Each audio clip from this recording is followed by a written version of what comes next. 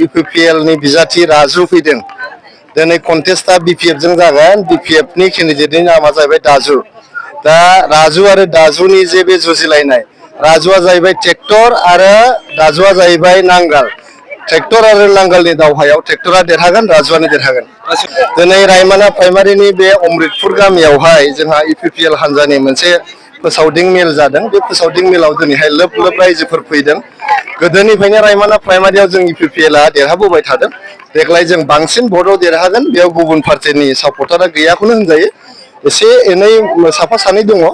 बावहाय 90% मानसिफ्रानो गासिबो इउपिपिएल। गतिके रायमाना प्राइमारियाव जेरै आगोलफ्राव देरहाबोबाय थादों, देग्लायबो जोङो गोबां बिबांनि भट लानानै रायमाना बिसिडिसिआव जों देरहागोन।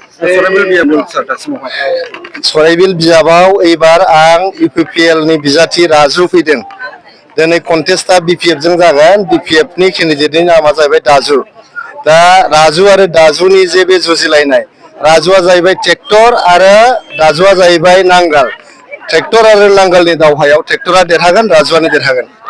बिल हिसाबै देरहायोबा जिहेतु जोंहा 2025 मायथाइयावहाय प्रमद बर' सारनि फिन खनसेबाव सरकार जानो थांगासिनो दं। बे सरकाराव गोग्गोमै बाहागो लानानै सराइबिल समस्तिखौ जोंनि बिटिआरनि 40टा बिजाबनि गेजेराव बयनिफ्रायबो साबना हामनासिन बिजाब बानायनानै दिहुननो थाखाय आङो रायजो राजानि हेफाजाब लानानै आं नाजालांगोन। दिनै रायमाना प्राइमारिनि बे अमृतपुर गामियावहाय जोंहा इउपिपिएल हान्जानि मोनसे फोसावदिं मेल जादों। बे फोसावदिं मेलाव दिनैहाय लोब लोब रायजोफोर फैदों। गोदोनिफ्रायनो रायमाना प्राइमारियाव जों इउपिपिएलआ देरहाबोबाय थादों। देग्लाय जों बांसिन भटआव देरहागोन। बेयाव गुबुन पार्टिनि सापर्टारा गैयाखौनो होनजायो। एसे एनै साफा सानै दङ। बावहाय 90% मानसिफ्रानो गासिबो इउपिपिएल। गतिके रायमाना प्राइमारियाव जेरै आगोलफ्राव देरहाबोबाय थादों, देग्लायबो जोङो गोबां बिबांनि भट लानानै रायमाना बिसिडिसिआव जों देरहागोन। सराइबिल बिजाबाव एबार आं इउपिपिएल नि बिजाथि राजु फैदों। दिनै कन्टेस्टआ बिपिएफ जों जागोन। बिपिएफ नि केन्डिडेटनि नामा जाहैबाय दाजु।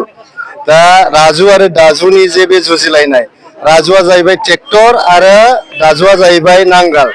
ट्रेक्टर आरो नांगालनि दावहायाव ट्रेक्टरा देरहागोन, राजुआनो देरहागोन। बिल हिसाबै देरहायोबा जिहेतु जोंहा 2025 मायथाइयावहाय प्रमद बर' सारनि फिन खनसेबाव सरकार जानो थांगासिनो दं। बे सरकाराव गोग्गोमै बाहागो लानानै सराइबिल समस्तिखौ जोंनि बिटिआरनि 40टा बिजाबनि गेजेराव बयनिफ्रायबो साबना हामनासिन बिजाब बानायनानै दिहुननो थाखाय आङो रायजो राजानि हेफाजाब लानानै आं नाजालांगोन।